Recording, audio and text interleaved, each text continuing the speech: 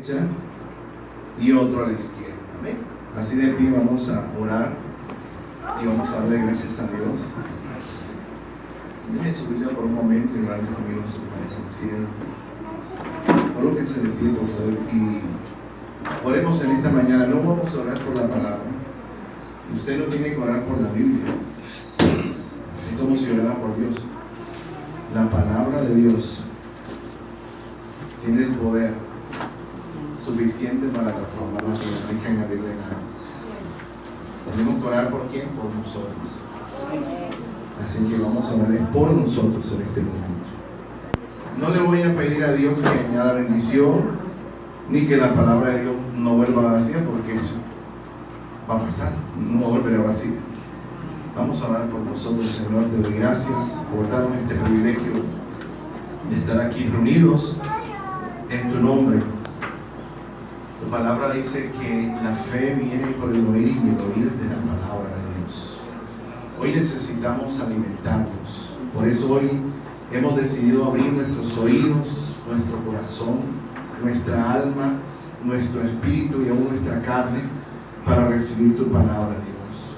Señor, te pedimos que nos ayudes a ser lo suficientemente humildes, sensibles y obedientes a ella, Señor. Te pedimos que por favor en esta noche, en este día, Señor, estemos, Señor, atentos a todo lo que tú nos vas a dar. Pero lo más importante, que seamos lo suficientemente responsables para poner por obra todo lo que tú nos vas a decir, Señor. En el nombre de Jesús, creemos que esta palabra nos puede transformar, nos puede perfeccionar y nos puede ser santos. Y por eso estamos aquí reunidos para recibirla con amor. En el nombre de Jesús te damos gracias, Señor. Amén. Pueden sentarse, muy amable. Muy gentil por estar de pie.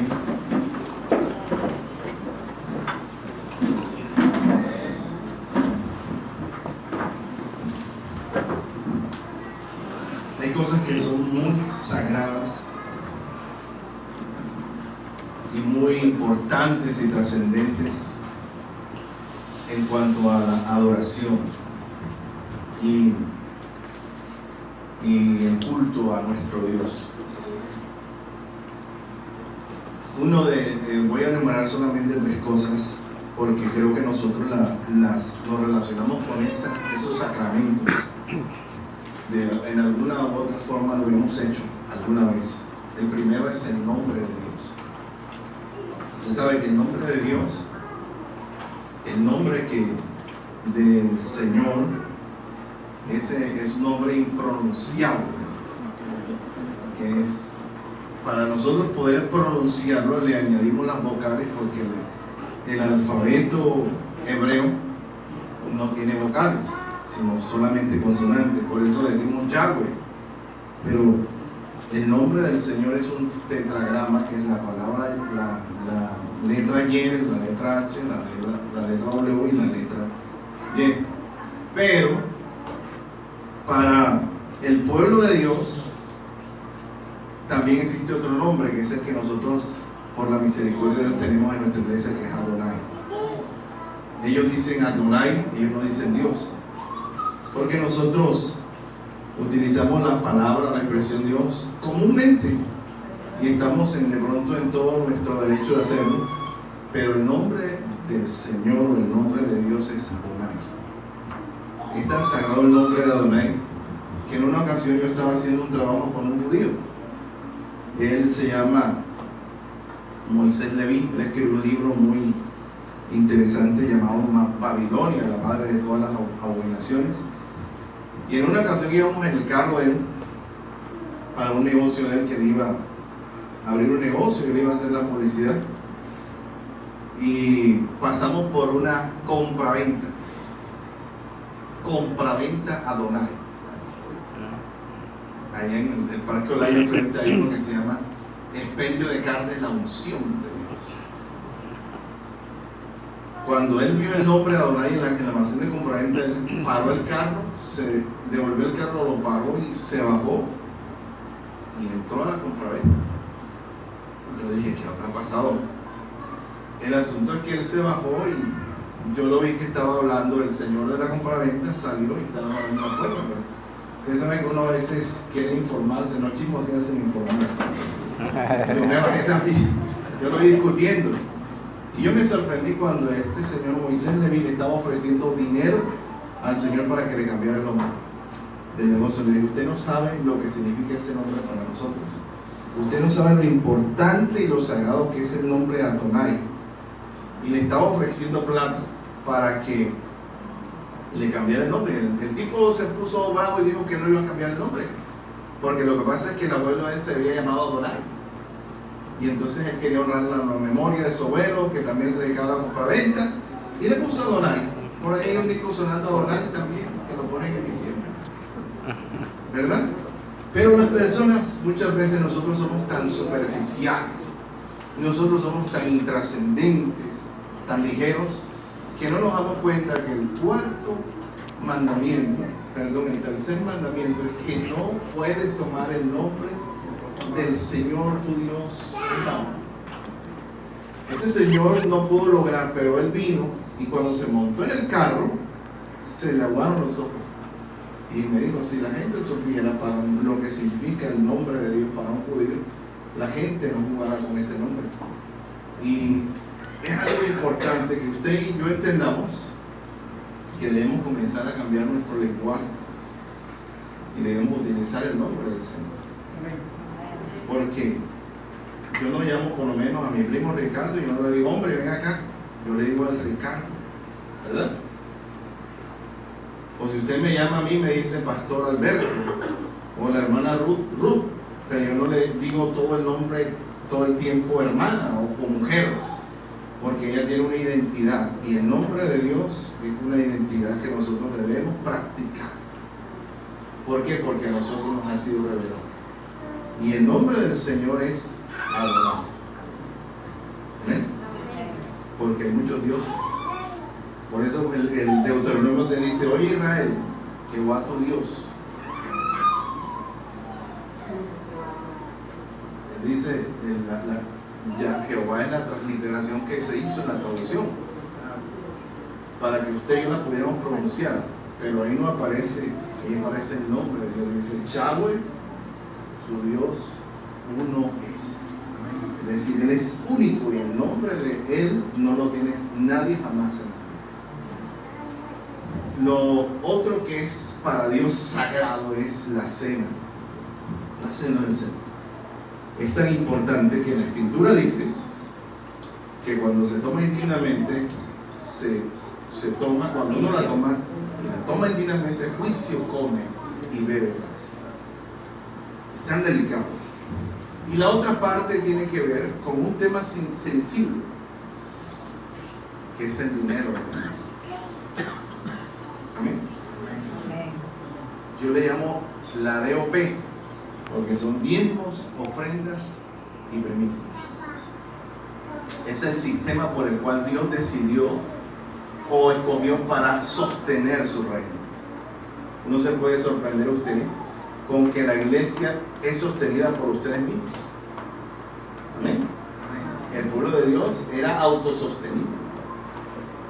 Cuando el pueblo de Dios decidió darle su sostenimiento al gobierno, sucedió o apareció o nació la iglesia católica. La iglesia tradicional nació a partir de convertirse en la iglesia cristiana en una iglesia imperial. Constantino decidió abrazar la fe cristiana, decidió oficializarla como la religión del reino, decidió subsidiarla, construir templos, estatuas, esculturas, y ahí apareció la iglesia tradicional. ¿Por qué? Porque Dios no dijo que el gobierno debía sostener la iglesia cristiana, como está sucediendo en Venezuela. Que muchas congregaciones cristianas, el señor Maduro, para tenerlas dentro de su ideología, les ha comprado templos, les ha regalado extensiones y terrenos para comprar la conciencia. Pero escúchenme, la congregación, la iglesia debe sostenerse a sí misma, porque nosotros somos un cuerpo cuya cabeza es Cristo Jesús. Amén. Amén.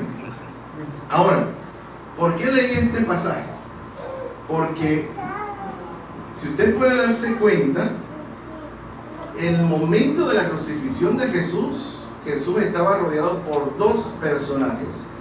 Y la Biblia los identifica, no ni siquiera da el nombre de ellos, sino los identifica particularmente por un problema legal, por un delito. La Biblia dice que los que estaban crucificados, es más, algunos estudiosos y teólogos dicen que no fueron dos, sino que fueron 4 ladrones, porque en los evangelios sinópticos aparece ladrones, pero también aparece criminales. Léalo en su casa y se dará cuenta que también aparece la expresión criminales. Y según algunos teólogos, Cristo murió en medio de 2 ladrones y 2 asesinos, que era el título. Cuando una persona era asesina se le daba el rótulo de criminal. Pero la Escritura dice que la última persona en la tierra que tuvo la oportunidad de recibir el testimonio de Cristo, recuerde, fue un ladrón precisamente. Y no es casualidad que Jesucristo haya muerto en medio de 2 ladrones, porque el ministerio de Cristo en esta tierra se movió alrededor o fue permeado por los ladrones. Yo le hago una pregunta a usted: ¿a cuántos han robado alguna vez? ¿O lo han atracado? ¿Verdad? Le voy a hacer una pregunta peor: ¿cuántos en algún momento aquí han hurtado algo? ¿Sí? ¿Cuántos hemos robado? Cuando usted prende el noticiero y se encuentra por lo menos la caída de este puente que hubo esta semana, el del puente Aldeano, usted se da cuenta que uno de los pecados y de los males más enquistados en la raza humana es el hurto. ¿Sabe qué decía Platón en su libro La República? Que todos los seres humanos somos corruptos. La diferencia es que algunos roban unas cosas y otros otras. Pero que el ser humano es corrupto por naturaleza. Digo algo bíblico, porque la Biblia dice que todos somos pecadores y que no hay justo ni a uno. Amén. Ahora, me dirijo a este pasaje porque el Señor fue crucificado en medio de 2 ladrones. Uno fue redimido, aquel que reconoció y que dijo estas palabras: ni siquiera tú temes a Dios, ni siquiera en el momento de la muerte temes tú a Dios. Y le digo al Señor: nosotros a la verdad merecemos este castigo, ¿verdad? Pero este hombre justo no ha hecho nada. Y la Escritura dice que Jesús nos dio la ilustración de lo que iba a ser la salvación o la redención del hombre después de su muerte. Le dijo al ladrón: de cierto, el ladrón le dijo: Señor, acuérdate de mí cuando vengas en tu reino. Y Jesús le dijo: de cierto te digo que hoy estarás conmigo en el paraíso. Amén. Vamos a ir a hacer historia, porque no sé si escuchó esta semana que van a suprimir, ya quitaron la religión de los colegios. Ahora ya hay un proyecto para eliminar la historia de los colegios. Van a quitar la historia. Y un pueblo que no conoce la historia está condenado a repetirla. Vamos a leer Éxodo capítulo 20. Usted y yo vamos a detenernos a colocarlos en contexto, porque Éxodo capítulo 20 dice lo siguiente.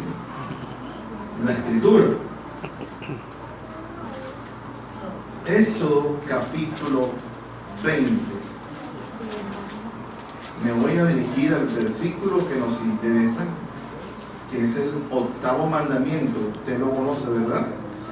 El 8º mandamiento no es el versículo 8. El 8º mandamiento es el versículo número 15, que dice, uno de los versículos más cortos de la Biblia, que dice: no hurtarás. Dice la Escritura: no hurtarás. Amén. Y ahí me detengo, porque cuando hablamos de hurto y de robo, nosotros no nos gusta que nos roben, ¿verdad? Cuando usted está con el celular o va por la calle y se le acerca una moto, ¿usted qué sentimientos pasan por su, verdad? Por su corazón, por su seguridad, por su instinto de... Yo he visto gente correr cuando oyen una moto. Sí, yo viví así. Sobre todo en horas de la noche, ¿verdad? Porque uno no piensa que el de la moto le va a preguntar, Señor, ¿me puede dar la hora? O le va a preguntar, ¿cuál es la dirección? Estoy buscando una dirección porque uno piensa que lo van a robar, ¿verdad? Eso es digamos que la percepción que nosotros tenemos de seguridad en nuestras ciudades. Pero ¿a quién le gusta que le roben? Yo creo que a nadie, ¿verdad? Cuando usted va a sacar plata del cajero, yo cuando voy a sacar plata, yo tapo el teclado, meto la mano, que a veces hasta me equivoco porque yo digo por si las moscas, ¿verdad? Si hay una camarita por ahí metida o algo. Y cuando yo salgo del cajero, ya hice mi transacción. Usted sabe que hay operaciones sin tarjeta. Yo hago operaciones como 3 sin tarjeta y las cancelo para que mi operación se borre. Lo último que queda son los errores que yo hice y salgo. Cuando uno va a cambiar un cheque, uno examina quién está en la fila. Uno está pendiente porque a nadie le gusta que le roben, ¿verdad que sí? Y cuando usted se va a acostar y a dormir, uno como padre de familia lo primero que hace es revisar que todas las puertas estén cerradas, ¿verdad? Porque a nadie le gusta que le roben, ¿verdad?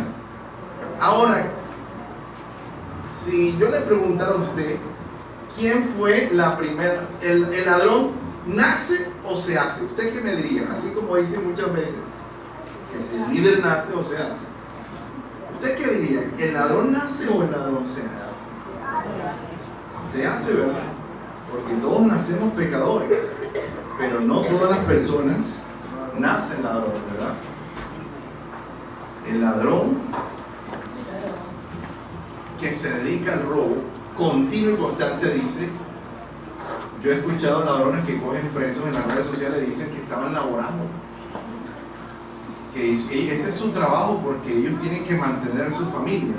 Es decir, los valores, digamos que la estructura de valores en la sociedad ha cambiado, que el que roba una cartera o roba un celular en la calle le dan una paliza, pero el que se roba en el supermercado, se come las papitas y no las paga, o se toma un yogur y cuando va llegando a la caja lo deja en una esquinita, ese no es un ladrón, pero ese es el ladrón, al igual le debía dar también su palera. Sí, porque he escuchado gente que dice, ojalá lo cogieran, ojalá que los policías lo soltaran y le dieran, ¿verdad? Porque la gente quiere hacer justicia por su propia mano.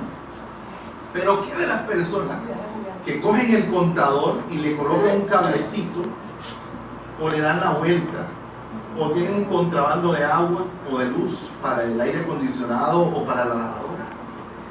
¿Qué hay de esas personas? ¿Será que ese es así como hay mentiras piadosas? Esta semana que estaba investigando el tema me encontré con un libro de la iglesia tradicional que se llama El ladrón bueno. Y me dio curiosidad y me puse a leer El ladrón bueno.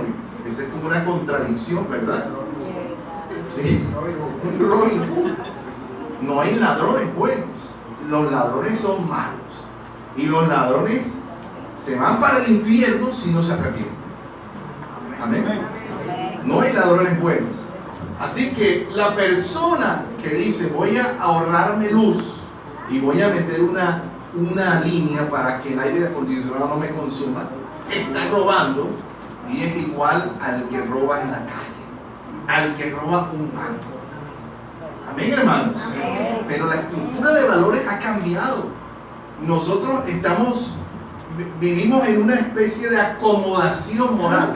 Es decir, que el pecado o el ser ladrón tiene rótulos, tiene niveles, tiene estratos, tiene catálogos.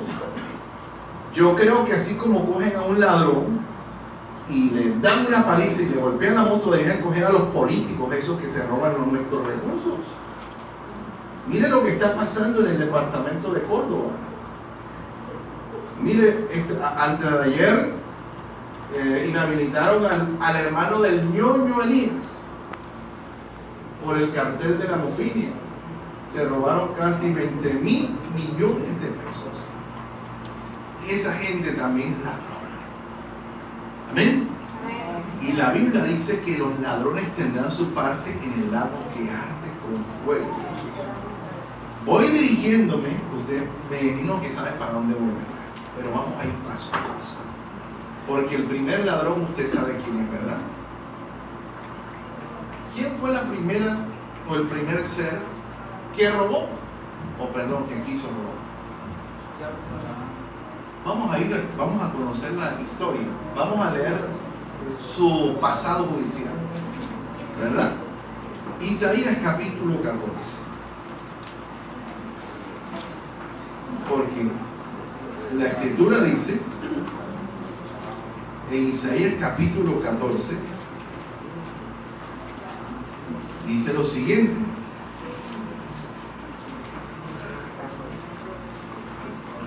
¿ya lo tienen?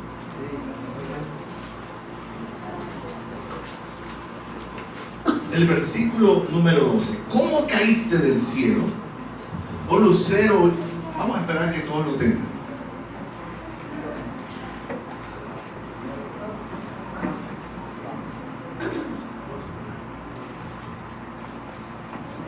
¿Ya lo tienen?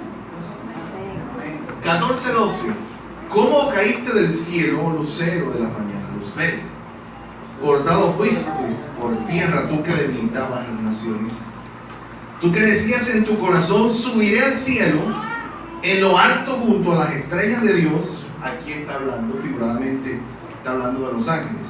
Junto a las estrellas de Dios levantaré mi trono, y en el monte del testimonio me sentaré a los lados del norte. Sobre las alturas de las nubes subiré, y seré semejante al Altísimo. Mas tú, derribado eres hasta el Seol, a los lados del abismo.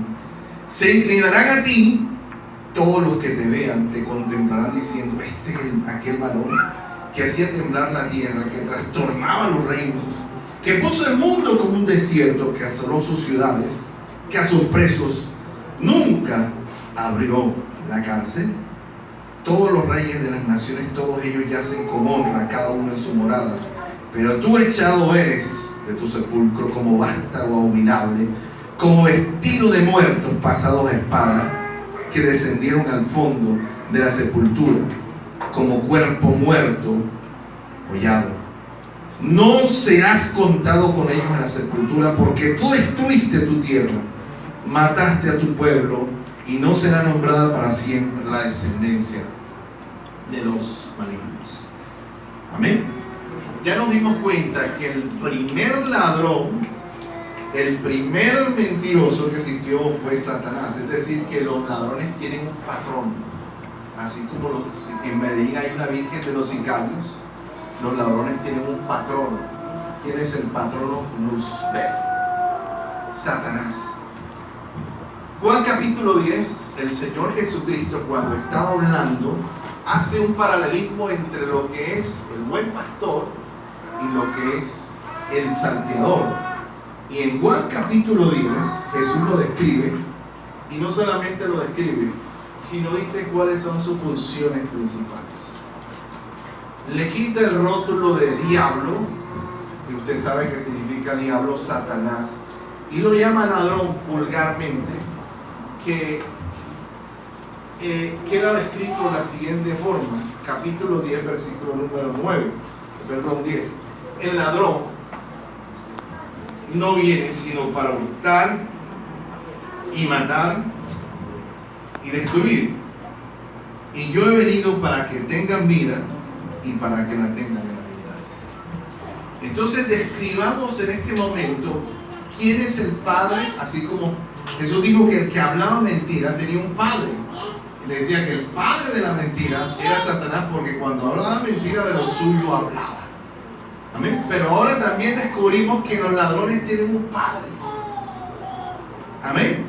Y que el hurto, el tratar de usurpar, de estafar, de robar, empezó en el mismo cielo con Satanás. Es más, la Escritura dice que Satanás arrastró a la tercera parte de los ángeles en su empresa de usurpación. Es decir, él quiso subir y tomar el trono de Dios, quiso robarle el lugar a Dios, quiso robar el trono de Dios, y por eso fue echado por las naciones. Amén. Ahora sigamos leyendo, porque la Escritura en el mandamiento de no hurtarás es contundente, porque no hay ningún tipo de excepción ni explicación. Es como la persona que se sube a un bus y se sube por la puerta de atrás y no paga, o el que se monta en los sistemas de alimentadores. En Bogotá, alrededor de 2.000 millones de pesos hay en pérdidas todos los meses por la gente que se vuela y no paga. Cuando usted se monta en un bus y no paga, cuando usted paga con un billete falso, está robando. Cuando usted presta dinero y espera que el que le prestó se lo olvide o se lo cobre, o en el peor de los casos se muera para que no le cobre la deuda, usted está robando. Cuando usted le hace un trabajo, usted contrata a alguien para que le haga un trabajo y usted no le paga, está robando. Amén, iglesia. Eso es ser ladrón. ¿Vio? Que no decimos amén porque el ladrón que está estigmatizado es el de la moto. El de la moto. El que se monta en la moto y sale a ruletear. O el que espera que salga del banco. Pero el mundo está lleno de ladrones. Estamos rodeados. Por eso hablé de Cristo. Porque Cristo, hay tantos ladrones que Cristo murió con dos al lado. Amén, iglesia. Cristo murió rodeado de ladrones.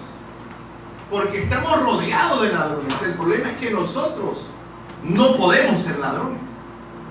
Pero vamos a darnos cuenta si somos ladrones. Porque recuerde esto. Hay personas que no utilizan un revólver, no utilizan un cuchillo, pero utilizan muchas otras cosas para robar, para hurtar, para despojar a los demás de algo. Así que hay que tener mucho cuidado, porque sabemos quién es el padre de los ladrones. Amén. Amén. Vamos a ver cómo empezó esta historia, porque vamos a dirigirnos a los 3 últimos libros. Antes de dirigirnos allá, vamos a leer un momento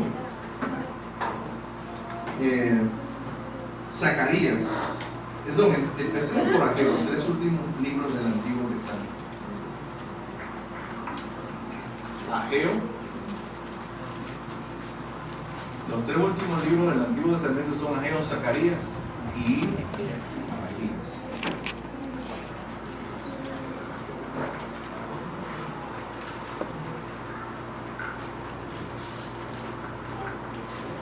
Ageo dice lo siguiente: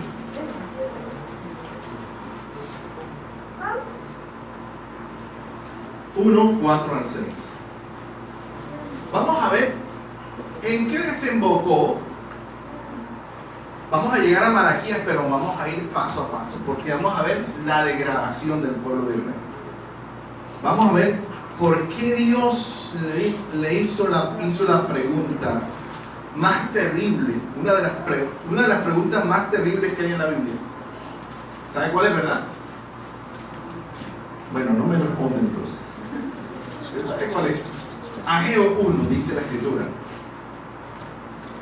Capítulo 1, versículo 1 al 6. En el año segundo del rey Darío, en el mes sexto, en el primer día del mes, vino palabra de Jehová por medio del profeta Ageo a Zorobabel, hijo de Salatiel, gobernador de Judá, y a Josué, hijo de Josadá, sumo sacerdote, diciendo: así ha hablado Jehová de los ejércitos, diciendo: este pueblo dice, no ha llegado el tiempo de que la casa de Jehová sea reedificada.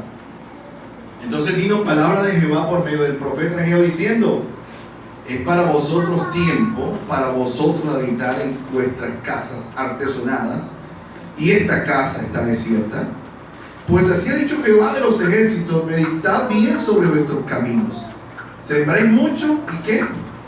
Y recogéis poco. Coméis y no os saciáis. Bebéis y no quedáis satisfechos. Os vestís y no calentáis. Y el que trabaja a jornal recibe su jornal ¿en qué? Saco roto. En saco roto. Así ha dicho Jehová de los ejércitos: meditad sobre vuestros caminos, subid al monte, traed madera y reedificad la casa y pondré en ella mi voluntad y seré glorificado, ha dicho Jehová. Buscáis mucho y halláis poco, y encerráis en casa y yo lo disiparé en un soplo. ¿Por qué? Dice Jehová de los ejércitos: por cuanto mi casa está desierta y cada uno de vosotros corre ¿a dónde? Su propia casa. Por eso, ¿qué dice la Biblia? Se detuvo de los cielos sobre vosotros la lluvia, la tierra tuvo sus frutos, y llamé la sequía sobre, oiga, mire lo que dice la y llamé la sequía sobre esta tierra y sobre los montes, sobre el trigo, sobre el vino, sobre el aceite, sobre todo lo que la tierra produce, sobre todos los hombres y sobre las bestias y sobre todo trabajo de manos. Amén. ¿Qué puede identificar usted en el ambiente o en la relación que hace Dios de la condición del pueblo? ¿Qué puede notar que estaba pasando en Israel en ese momento? ¿Había una qué? Había una crisis económica. Había un problema económico en Israel. ¿Cuántos han tenido aquí crisis económicas? Israel estaba pasando por un problema económico. Y sabe que ellos no sabían por qué estaba sucediendo eso. Pero Dios les enseña algo. Y es que ya ellos estaban incumpliendo, estaban desplazando, o en el peor de los casos, estaban robando a Dios la preeminencia, el primer lugar y el culto a Él.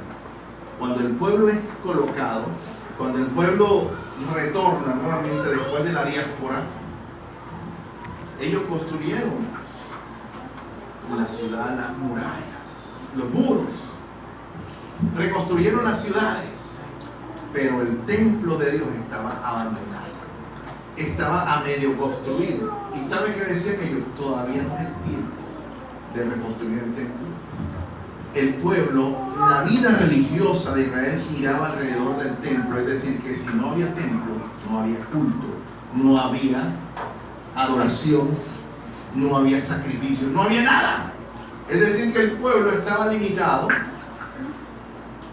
simplemente a vivir de las historias, de las añoranzas, de las remembranzas del pasado. ¿Por qué? Porque estaban esperando que fuera el tiempo para reconstruir el templo y por ende la vida de adoración, la vida religiosa fuera reestructurada en Israel. Pero ¿sabe qué dice la Biblia? Que las casas de ellos estaban bonitas. Sus casas estaban último modelo.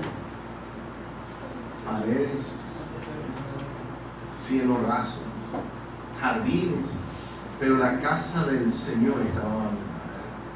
Mire cómo empezó este problema. A Dios no solamente se le roba, con lo que vamos a ver más adelante, se le roba cuando le quitamos a Dios el primer lugar, cuando lo desplazamos, cuando nos volvemos egoístas y solamente pensamos en nuestro propio beneficio, en nuestro propio interés. ¿Me está escuchando, iglesia? Dios estaba esperando que ellos reedificaran. Adonai estaba esperando que reedificaran el templo. Pero esta gente estaba de brazos cruzados esperando quién sabe qué señal. Pero Dios le da la clave y le dice: por eso ustedes siembran y no recogen. Por eso ustedes cuando reciben el sueldo es como si lo recibieran en un saco roto, porque se les va, porque se les escapa. ¿Por qué? Porque ustedes han priorizado sus necesidades, han antepuesto sus deleites, sus placeres, sus gustos a la devoción a Dios. ¿Me está escuchando, iglesia? Y ese es un estilo de robar también. Robar. Ese verbo aparece intrínseco en estas palabras. Dios está diciendo, mi casa destruida, mi casa abandonada, mi culto extinguido, pero cada uno corre a su propia casa. ¿Cuál usted cree que fue la primera causal para que Dios le dijera ya? Escúcheme, voy a adelantarme un poquito. La pregunta de esta mañana, y el título es: el hombre, voy a tomar la versión, la Nueva Traducción Viviente. ¿Se atreverá el hombre a robar a Dios? Es una pregunta desafiante de Dios. ¿Te atreverías a robarme a mí? Bueno, ¿sabes por qué Dios terminó o desembocó en esa pregunta? Porque aquí empezó el problema. La gente empezó a robarle a Dios el tiempo, la adoración, el culto, la preeminencia. Amén, iglesia. Y Dios es lo primero en nuestras vidas. Adonai es el primero en nuestras vidas. El primer mandamiento es: amarás al Señor tu Dios con todo tu corazón, con toda tu mente, con toda tu alma y con todas tus fuerzas. Es lo primero y lo más importante. Dígame una cosa, ¿será que estamos cumpliendo ese mandamiento? Respóndase usted mismo. Miremos a nuestro alrededor. ¿Será que las naciones, será que el hombre del común está cumpliendo ese mandamiento? Lamentablemente nosotros vivimos en una cultura que solamente piensa en carnaval, que solamente piensa en fiesta, que solamente piensa en rumba, que solamente piensa en tomar. Ayer estaba en el centro y eso parecía diciembre, hermano, la gente comprando sombreros, comprando franelas, comprando gorras, eso parecía diciembre. Y yo decía, esta gente ya habrá matriculado a los pelados en el colegio, ya le habrá comprado una lista de los útiles, ya los habrá inscrito en el jardín infantil. Porque ayer la gente estaba totalmente conmocionada. Pero escúchenme, la gente piensa solamente en sí mismo. Y el primer paso para uno convertirse en ladrón lo estaban practicando ellos, y se llama ser egoísta. El ladrón es egoísta. Escúchenme, ¿por qué Dios le dice el hombre se atreverá a robarme? ¿Cómo empezó o cómo se convirtió el pueblo de Dios en ladrón? Le voy a demostrar cómo se convierte una persona en ladrón. Lo primero es, se convierte en ladrón cuando son egoístas. ¿El ladrón egoísta? Porque el ladrón no piensa en los demás. ¿Usted qué piensa los que crearon la ley 100? Toda esta clase de políticos, pasando por Pastrana, Uribe y rematando ahora con la Perla de Santos. ¿Cuántas personas han muerto? ¿Cuántas personas les han quitado? Mire, ¿cuántas empresas del Estado se vendieron en la presidencia de este señor, del señor Santos? ¿Dónde está ese dinero? ¿Sabes qué estaban diciendo antes de ayer? Que le iban por ahí puesto la carne. El fútbol que usted está viendo por ahí, ya dijeron que lo iban a volver en un canal premium. Es decir, que si usted quiere ver un fútbol, ahora tiene que pagar más. ¿Para dónde va la plata de las bolsas plásticas? Sí, porque la bolsa plástica es mala si tú no la pagas, pero cuando tú la pagas se transforma en biodegradable. ¿Verdad? Sí. Todos nos roban todos los días. Nosotros somos víctimas. Yo le digo una cosa: Colombia es un país tan bendecido por Dios que con todo lo que le roban y con los 550,000 venezolanos registrados fuera de los que han venido a Colombia, y todos estamos viviendo y comiendo. Estamos disfrutando de la bendición de Dios. Pero recuerde algo: el primer paso para ser un ladrón es ser egoísta. Porque el ladrón sale a robar. El ladrón no le importa coger una anciana que está reclamando su pensión, que vive de eso, y quitarle la plata y darle un golpe, o coger a un padre de familia y darle un disparo y matarlo y dejar 3 niños sin padre. Eso se llama ser egoísta. No pensar en el otro, no pensar en la otra persona. Ven, iglesia, cuando usted le den un billete falso, no diga como me lo dieron a mí, va para adelante. Rómpalo, porque si usted se lo mete al de la tienda, le está robando. Así es. Si lo meten en el supermercado, ese pobre muchacha que se gana un sueldo mínimo, explotada, le toca después que va a arquear la caja, le toca ya ponerle su plata. Así que escuche, el primer paso para convertirse en un ladrón es ser egoísta. Vamos ahora a Zacarías, porque Zacarías, el problema no quedó ahí, ustedes son egoístas, pero vino otro problema. Capítulo Zacarías, vamos hacia adelante.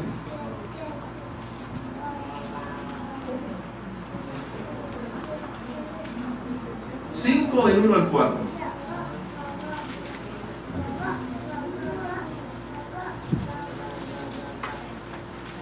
De nuevo alcé mis ojos y miré, y es que un rollo que volaba.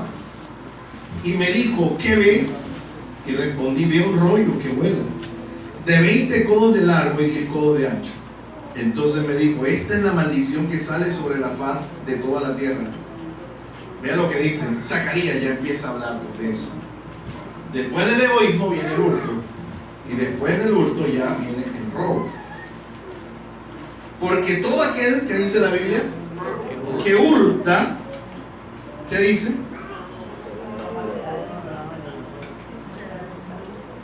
Será destruido. Y todo aquel que jura falsamente, o sea, de un lado del rollo decía, todo aquel que hurta será destruido. Y cuando él miró al otro lado del rollo decía, todo aquel que perjura o que jura falsamente será destruido. 4 dice, yo la he hecho salir, dice Jehová de los ejércitos, y vendrá aquí. ¿A dónde vendrá? A la casa del ladrón y a la casa del que jura falsamente mi nombre, y permanecerá en medio de su casa y la consumirá con sus maneras y con sus piedras. Hay una maldición. La maldición que describe Zacarías empieza con un individuo, y dice la escritura que ya del egoísmo habían pasado a un orden más decadente. Ahora ya estaban hurtando, ¿verdad? Usted sabe que hurtar es apropiarse de algo, pero de una forma disimulada o astuta. No es lo mismo que robar. El robo ya es descarado. El robo es que te mueve una pistola o te den con un garrote y te quitan lo que tienes, pero el que hurta lo hace de una forma disimulada, astuta, ¿verdad? Amén. ¿Sí? Como lo hace con nosotros el gobierno. Cuando tú pagas un recibo, tú no te has puesto a ver nunca cuando pagas un recibo de un servicio público todo lo que tú pagas. Hay cosas que la gente ni sabe que paga. Cuando tú vas y compras un producto o compras una mercancía en un supermercado, o sea, tú le estás pagando hasta el sueldo a la persona que descargó el camión, porque nos hurtan, nos quitan el dinero de una forma astuta. Amén, iglesia. Nos roban las cosas, nos quitan las cosas sin darnos cuenta. Eso se llama hurtar. Y la escritura dice que el problema del hurto es que es una maldición que entra a la casa de los que han cometido dicho pecado. Porque dice la escritura que vendrá a la casa, la maldición, escúcheme, vendrá a la casa del ladrón y del que jura falsamente. Amén, iglesia. El que perjura. Escuche, eso también hace parte del caos. Eso hace parte también de que será el eslabón que conlleva al robo, el egoísmo, el jurar en vano, en jurar falsamente. Amén, iglesia. Es como cuando una persona hace una declaración de renta y omite cosas que no debe omitir. ¿Cuánto pagas? ¿Cuánto ganas? Y la persona muchas veces disfrazan los libros de contabilidad, disfrazan los libros contables, disfrazan muchas cosas. Eso se llama perjurar. Jurar en vano, jurar falsamente, es decir, mentir con un propósito personal. Así que la Escritura nos está diciendo ahora, mucho cuidado con los que juran falsamente. Pero también dice la Escritura, mucho cuidado con los que hurtan, porque la Escritura dice que la maldición se va a enquistar en la casa de los que lo hacen. Amén, iglesia. ¿Cuántas veces a ti te has tratado de sobornar? De comprar tu silencio. Yo trabajé en una empresa donde una vez me cogí pillado al sobrino del dueño que robaba. Al día siguiente me invitó a almorzar. Alberto, ¿qué vas a hacer? No, yo traje mi almuercito aquí. Llevaba mi almuerzo cuando estaba empezando mi vida de casado. Andaba con un maletín ejecutivo, pero ese maletín tenía el portacomida. Yo me montaba en el buco, me llevaba el portacomida.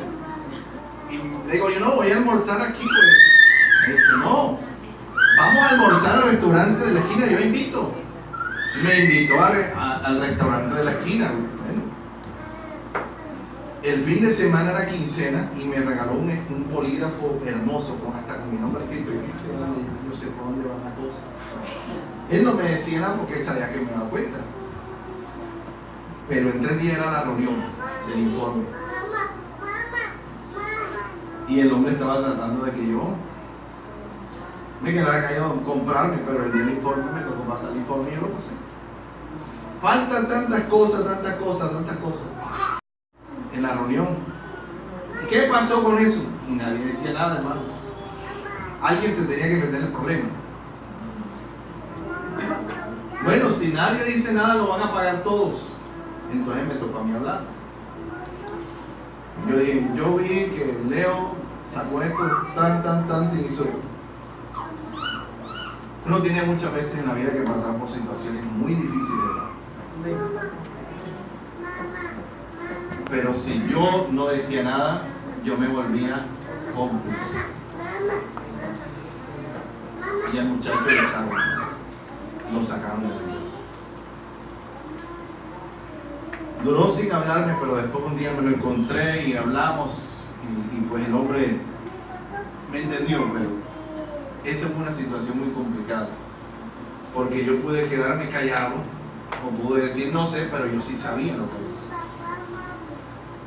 Terminemos con lo último, porque ya vimos que empezó por el egoísmo. Zacarías nos dice, hay otro problema, están hurtando y están perjurando.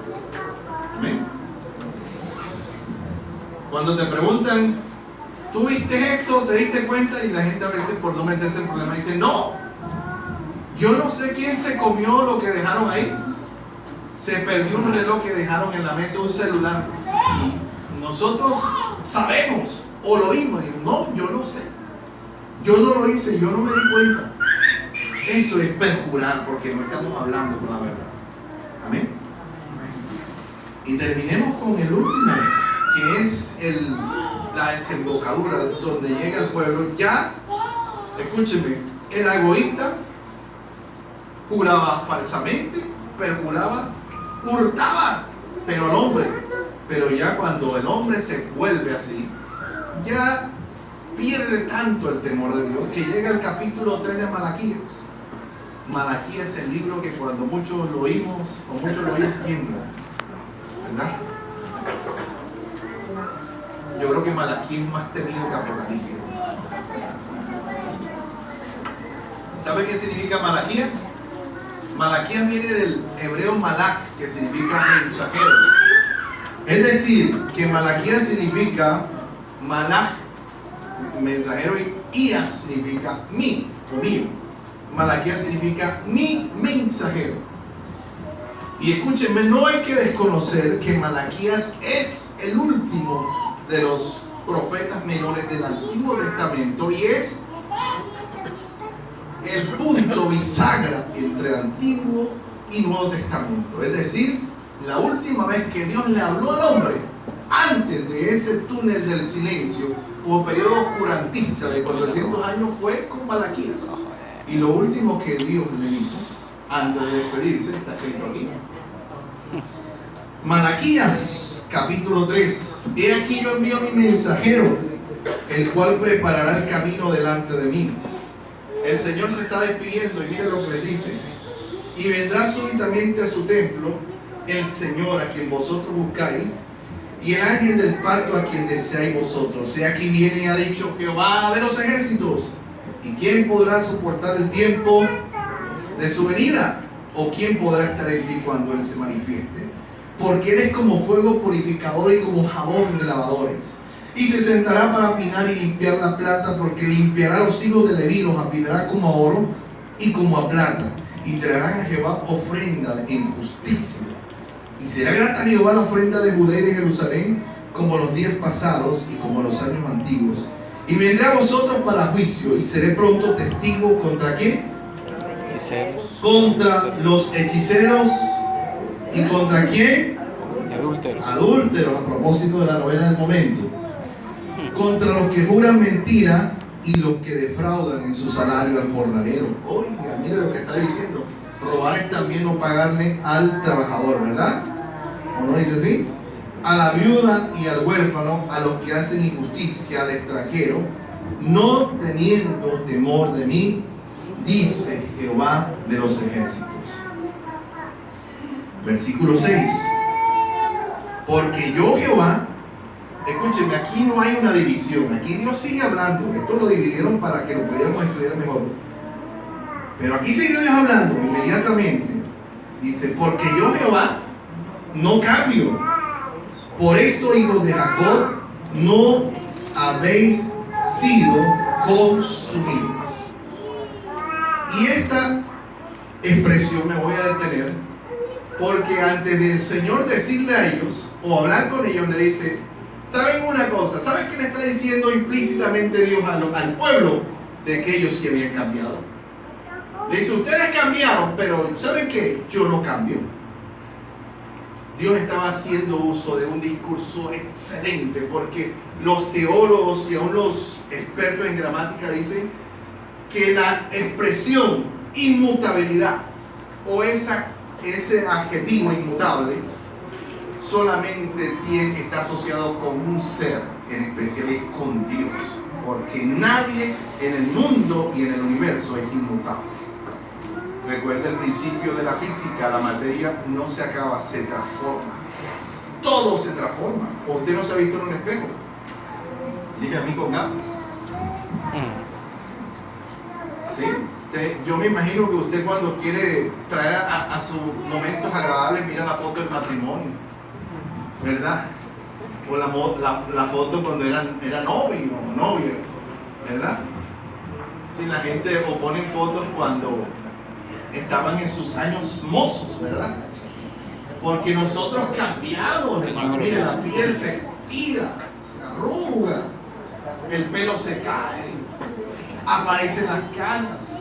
Nosotros cambiamos, ¿verdad que sí? El ser humano cambia. Y el Señor le dice a ellos, ¿saben una cosa? Yo no cambio. Es un término que solo cabe. La única posibilidad de que se asocie con un ser es con Dios, con Adonai. Porque el único en este mundo, en este universo, que es, que fue y que existirá, se llama Adonai. Todo lo demás cambia, pero Dios permanece para siempre, iglesia. Amén, iglesia. El Señor Jehová permanece para siempre. Y es lo primero que Él quiere que usted y yo entendamos. Escuchen, ustedes cambian, pero yo no cambio. Amén, iglesia. Una de las razones por las que la gente le roba a Dios, y ya me voy a meter al plano donde vamos a terminar. Recuerden, se roba cuando se es egoísta, cuando se jura en vano, cuando se hurta, cuando se hacen trampas y triquiñuelas. Usted sabe que uno dice, esa es la malicia indígena. Sí, a veces llega el niño del colegio con un lapicero, pero usted lo hacía avispado, ¿verdad? Pero cuando le roban ahí se van a pelear con los profesores, ¿verdad? Cuando no viene con el lápiz que le compraste, vas a pelear, pero cuando él llega con un lapicero, todo el mundo ve. Ay, qué bonito. Y nadie te dijo de quién era. No, mami, yo me lo cogí. Ah, te lo digo. Eso es robar. Amén. La escritura dice, yo Jehová no cambio.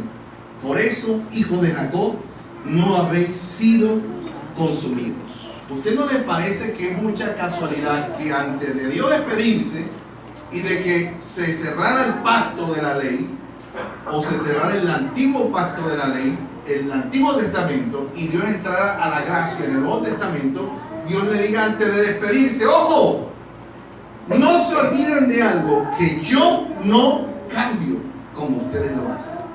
Amén. ¿Saben por qué le digo esto? Porque el ser humano cambia. Porque las personas muchas veces dejan o se olvidan de lo que un día fueron y ya no son. Amén. Muchas veces ese cambio está determinado por cuando estamos llegando al Señor, llegamos todos reventados, humildes. Muchas veces llegamos pobres, sin nada, ¿verdad? Y somos fieles a Dios.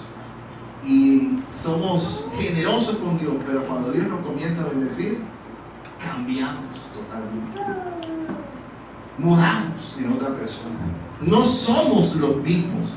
Y el Señor está reclamando en ese momento que el ser humano sea auténtico y genuino. Por eso dice, yo no cambio. El versículo 7 dice, desde los días de vuestros padres os habéis apartado de mis leyes y no las guardasteis.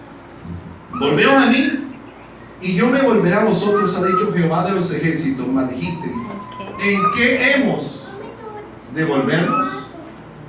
La pregunta, el Señor les está diciendo a ellos que se han apartado de sus leyes y que no las guardaron.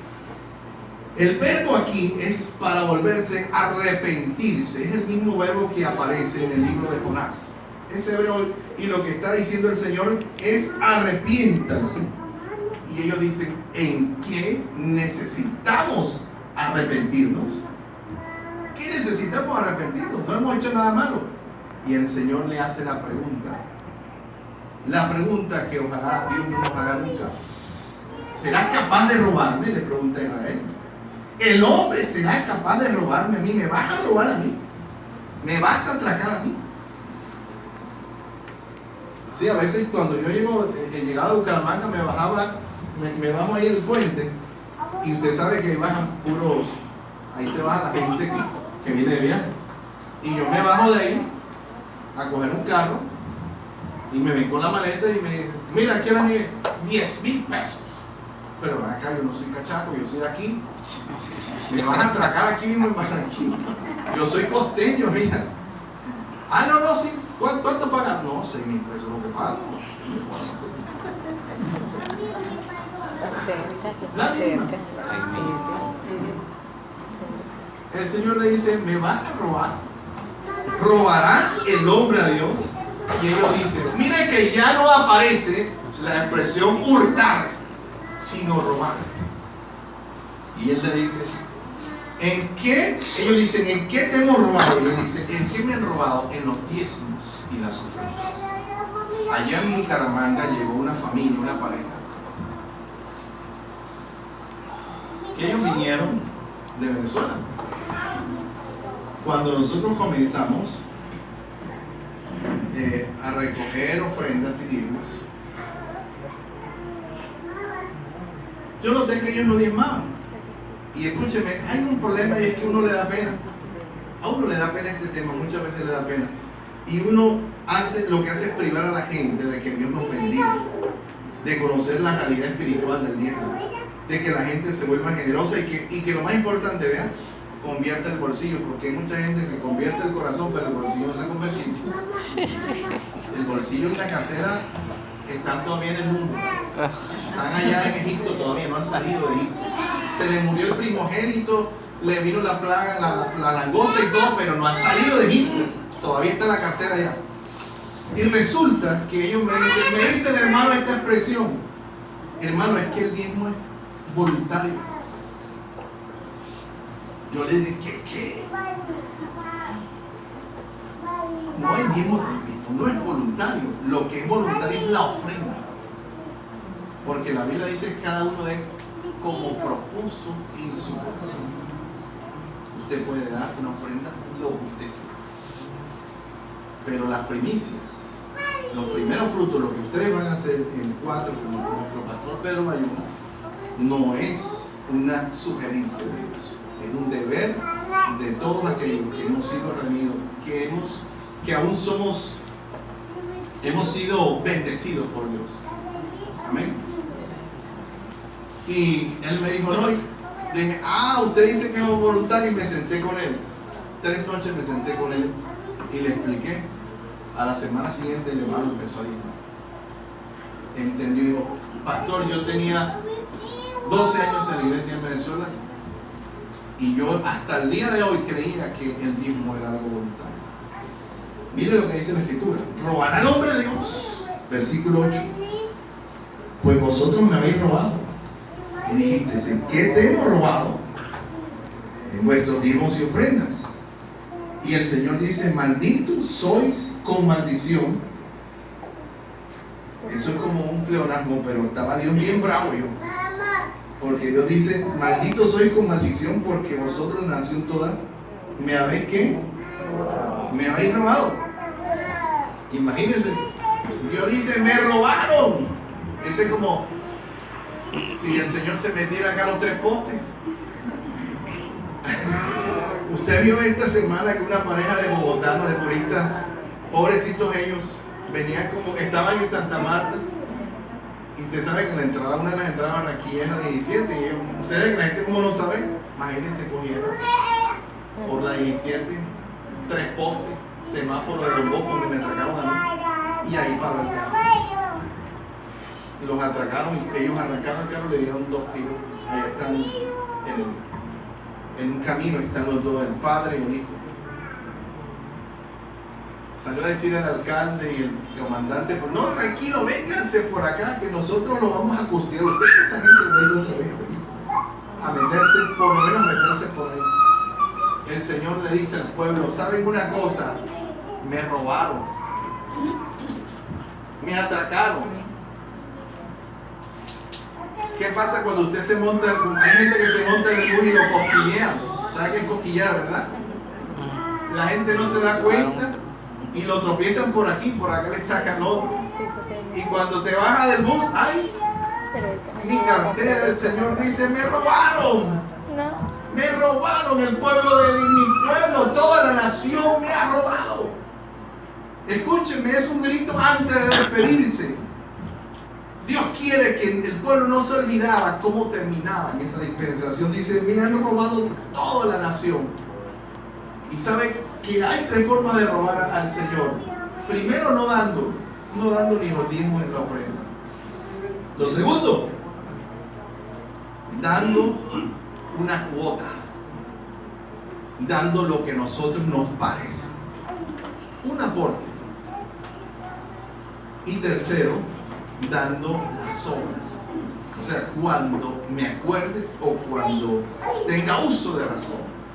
Usted no sabe que allá en Bucaramanga, allá hice una amistad con un hermano que es misionero, que era inglés. Y ese hermano nos suministraba la publicidad para la evangelización allá. Y una noche me invitó a la iglesia de él a predicar. Yo fui. Y estuve hablando con él y me contaba un testimonio, porque nosotros los pastores nos contamos las penas. Y él me decía, hermano, imagínense que yo había un hermanito que llegó a la congregación muy humilde, y ese hermanito llegó, se quedó en la iglesia porque no tenía dónde vivir. Ahí comenzó, le dio un hermano un trabajo, comenzó a trabajar, le comenzó a ir bien, le pagaron, aprendió que debía diezmar y comenzó a dar su diezmo.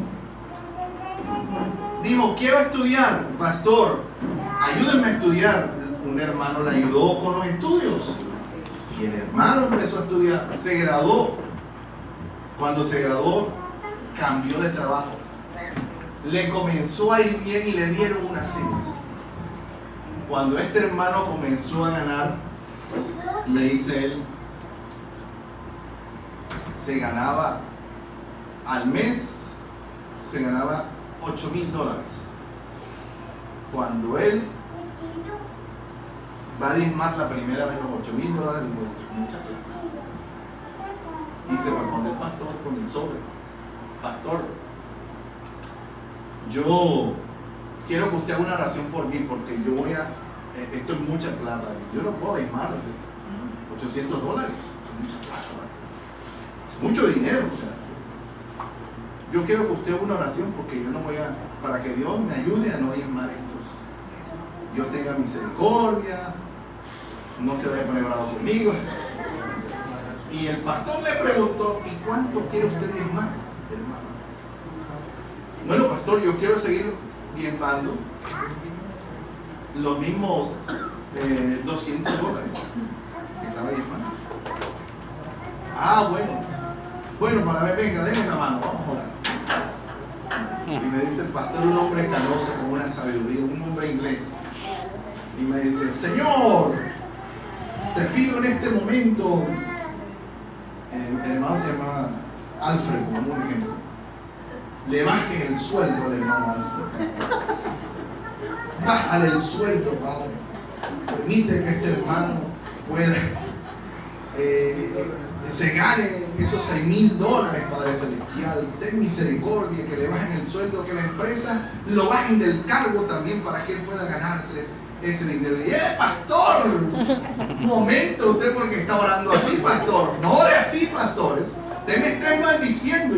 No, yo no te estoy maldiciendo, el que te está maldiciendo eres tú. Porque un cristiano fiel le dice al Señor: dame más para bendecirte más. Bendíceme más, porque yo sé que lo que Dios me da a mí, lo que Dios provee para mí, no es mío, sino es para su servicio. Gloria a Dios. ¿Usted cree que las riquezas que Dios le da es solamente para que usted se compre el mejor pantalón, lo mejor? Sí, lo puede hacer. El mejor reloj para que tenga un carro último. No. Dios quiere que todo eso que le dé también lo ponga al servicio de su obra. ¿Me está escuchando, hermano? Amén. ¿Y qué pasó, iglesia? Vamos a esperar que los niños entren para que no se sientan, por favor, los niños. Ya vamos a terminar.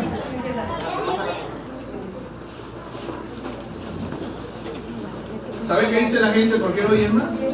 Dígame por qué la gente dice que no diezma. A ver, dígame. Usted sabe. No alcanza. ¿Ah? Porque era el tiempo de la ley. No, o sea, Pero yo le voy a demostrar que no era el tiempo de la ley. En primer lugar, el diezmar es un precepto, un principio divino. Y los principios y preceptos divinos no se anulan, dice la Escritura. Escúchenme, vamos a leer aquí. En el libro de Génesis. Vaya conmigo, por favor. ¿Sabe qué sucede? Vamos a leer mejor en Hebreos. Vaya conmigo a Hebreos, por favor.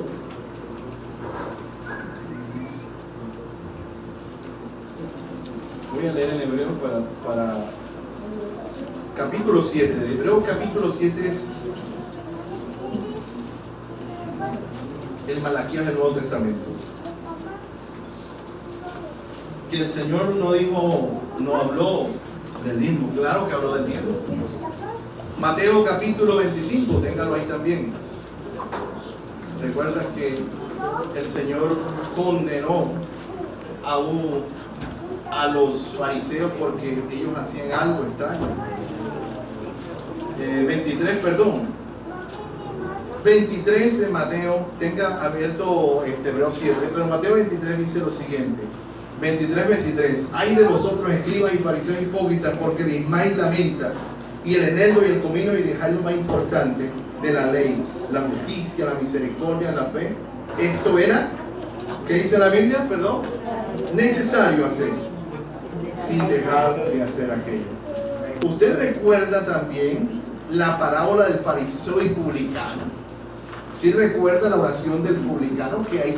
Del fariseo oró, pero la oración del fariseo fue una oración muy ególatra. Pero el fariseo en su oración dijo: doy diezmos de todo lo que gana. Ahora, Hebreos 7, porque quiero terminar con esto. ¿Qué es el tema de este tiempo, hermanos? La gente dice que ya no estamos en el tiempo de la ley, sino en el tiempo de la gracia, que ya no hay el mismo testamento ni el mismo testador. Pero vamos a ver qué pasó aquí. La escritura dice, porque este Melquisedec, ya lo tiene el 7, ¿verdad?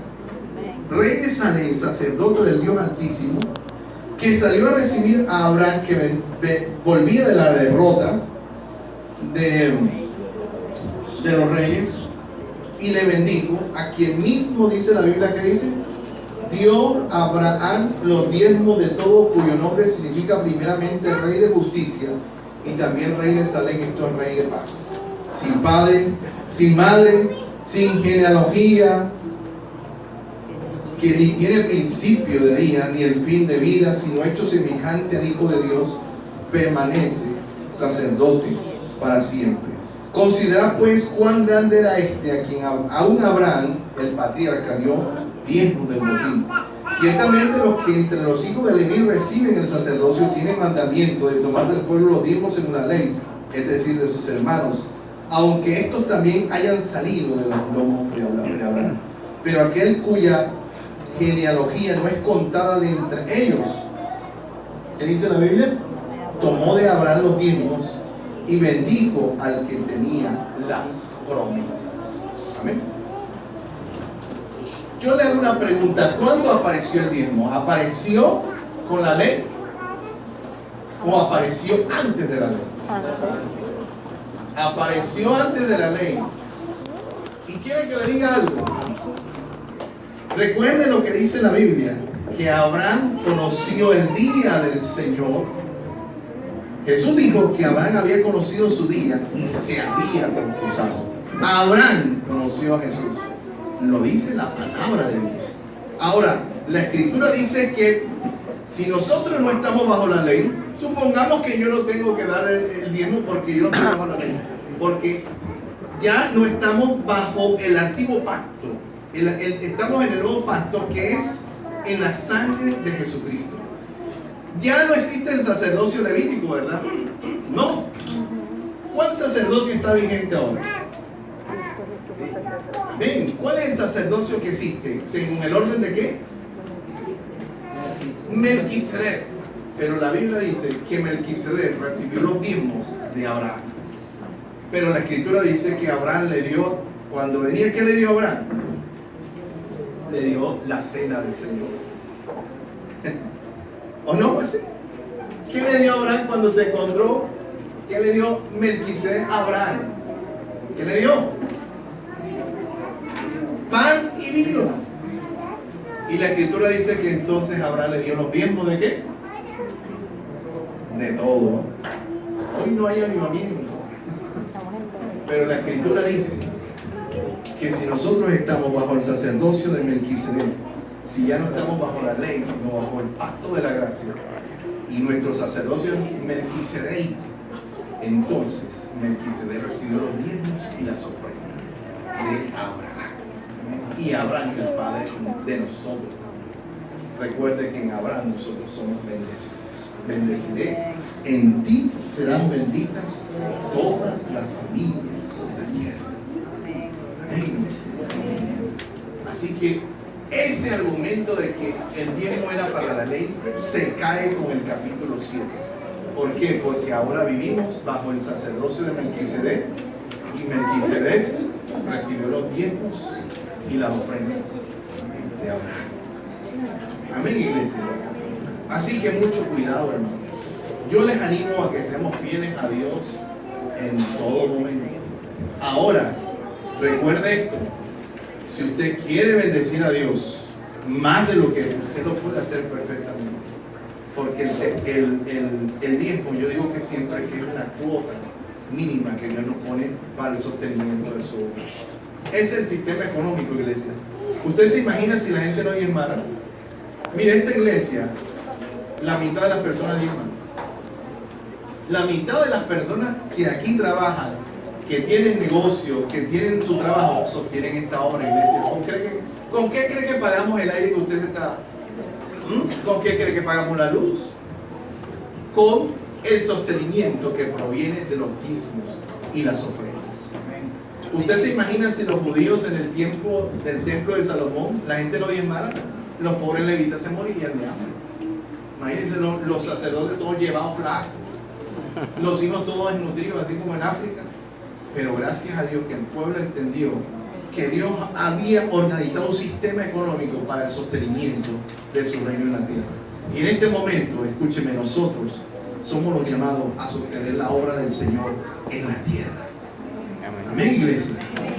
Y si usted Dios lo bendice, sea agradecido con Dios, obediente, y dele a Dios lo que es de Dios.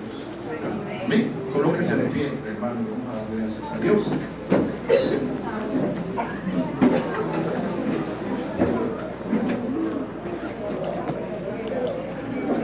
¿Cómo oramos, Pablo? ¿Cómo oramos? Los hermanos que se van a quedar allá en Bucaramanga, los que se van a encargar de la obra, una de las cosas que le enseñamos fue, hermano, vea, él me preguntó una vez, me preguntó eso, hermano, que preguntó por qué nosotros no orábamos por lo económico nunca, pero es que Jesús nunca oró por lo económico. Muéstrame en la Biblia cuando Jesús oró a alguien para que le diera trabajo, muéstrame. No lo dice la Biblia. ¿Dónde dice la Biblia que Jesús oró por una persona que no tenía empleo? ¿Sabe por qué? Porque usted cuando le da a Dios, cuando usted siembra, usted no necesita orar. La Biblia dice, probadme en esto, si no os abriré las ventanas de los cielos y derramaré bendición sobre vosotros hasta que sobreabunde. Amén. No hay que orar por la parte económica. Yo no oro por la parte económica, hermano. Le digo ese secreto. Yo no oro para que Dios haga un trabajo, Señor, mira a esos clientes. No. Yo le doy a Dios lo que es de Él, porque automáticamente las ventanas de los cielos se abren. ¿Cuántos quieren que Dios los bendiga? Amén. Entonces, de la Dios lo que es de Él. Vamos a orar, Señor.